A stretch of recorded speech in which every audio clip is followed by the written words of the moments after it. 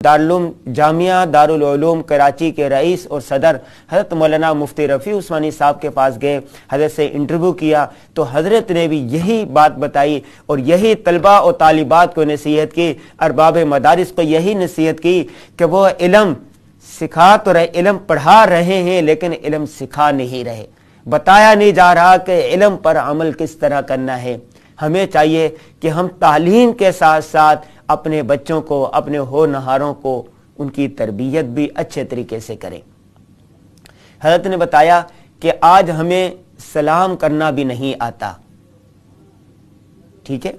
फरमाया कि देखे अस्सलामु अलैकुम कहना मसनून है और हाथ मिलाना मुस्तहब है, लेकिन सलाम का जवाब देना वाजिब है। हम आज क्या करते हैं, न ज़बान से अस्सलामु अलैकुम कहते हैं, न सलाम का जवाब देते हैं, सिर्फ हाथ मिला देते हैं और हाथ मिलाना सिर्फ मुस्तहब है। तो हज़रत फरमाया कि सही सलाम का सही तरीका तक हमें नहीं आता हम मुसलमानों को।